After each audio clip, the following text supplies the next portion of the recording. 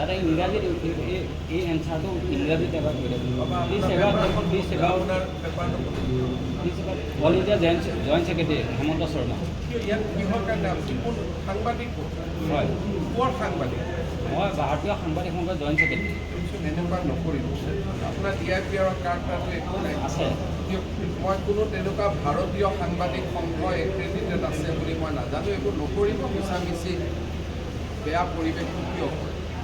নমস্কাৰ তেনেকুৱা নকৰিব। মই ক'লো মই হাক দিলোঁ, কথাটো কাইণ্ডলি শুনক। মোৰে ঘৰত মই ৰিকুৱেষ্ট কৰিছোঁ, শুনক দিয়ক, চাহ তাহ খাই লওক, এখেতক চাহ তাহ খুৱাই দিয়ক। তেনেকুৱা নকৰিব। আপোনালোকে বাকী সাংবাদিকখিনি কিয় বদনাম কৰিব? এইবিলাক কৰে কাৰণে বাকী সাংবাদিকখিনি নষ্ট হয়।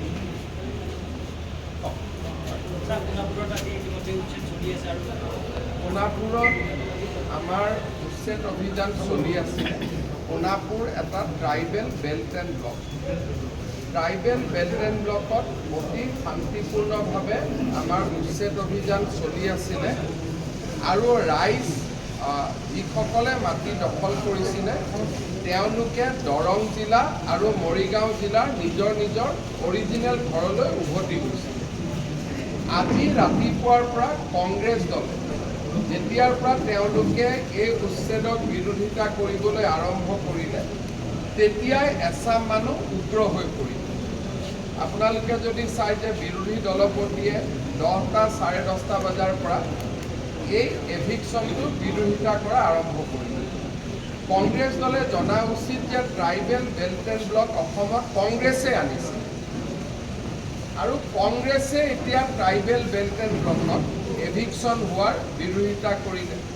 যেতিয়া কংগ্ৰেছে ৰাতিপুৱাৰ পৰা এভিকশ্যন বিৰোধিতা কৰিলে তেতিয়া তাত মানুহ উগ্ৰ হৈ পৰিলে, পুলিচৰ ওপৰত আক্ৰমণ চলালে। আমাৰ চাৰ্কুল অফিচাৰ, আমাৰ তাৰে থানাৰ OC আৰু DCP গোটেইসকল ঘায়েল হ'ল। পুলিচেও প্ৰত্যুত্তৰত গুলী চলাবলগীয়া হ'ল। 2জন লোক নিহত হৈছে আৰু 7জন লোক আহত হৈছে আৰু 22গৰাকী আৰক্ষী এই গোটেই ঘটনাত আহত হৈছে। উচ্ছেদ অভিযান চলি আছে। চৰকাৰী মাটিখিনিত আমি উচ্ছেদ সম্পূৰ্ণ কৰিছোঁ। যিসকলে ম্যাদী পট্টাত আহি বহিছিলে তেওঁলোকক এতিয়া আঁতৰি যোৱাৰ নটিচ দিয়া হ'ল। গুৱাহাটীৰ একেবাৰে লগত আজি যি ধৰণে সংগঠিত আক্ৰমণ হ'ল সি আহিবলগীয়া দিনবিলাকৰ পৰিৱেশৰ বিষয়ে আমাক আকৌ এবাৰ ভবাই তুলিছে যে আহিবলগীয়া দিনবোৰ কিমান ভয়ংকৰ হ'ব পাৰে। আৰু এইটো গুৱাহাটীৰ গাতে লাগি থাকে, মহানগৰৰ গাতে লাগি থকা অৱস্থাত আৰু যোৱাকালিলৈকে সম্পূৰ্ণ শান্তিপূৰ্ণ আছিল।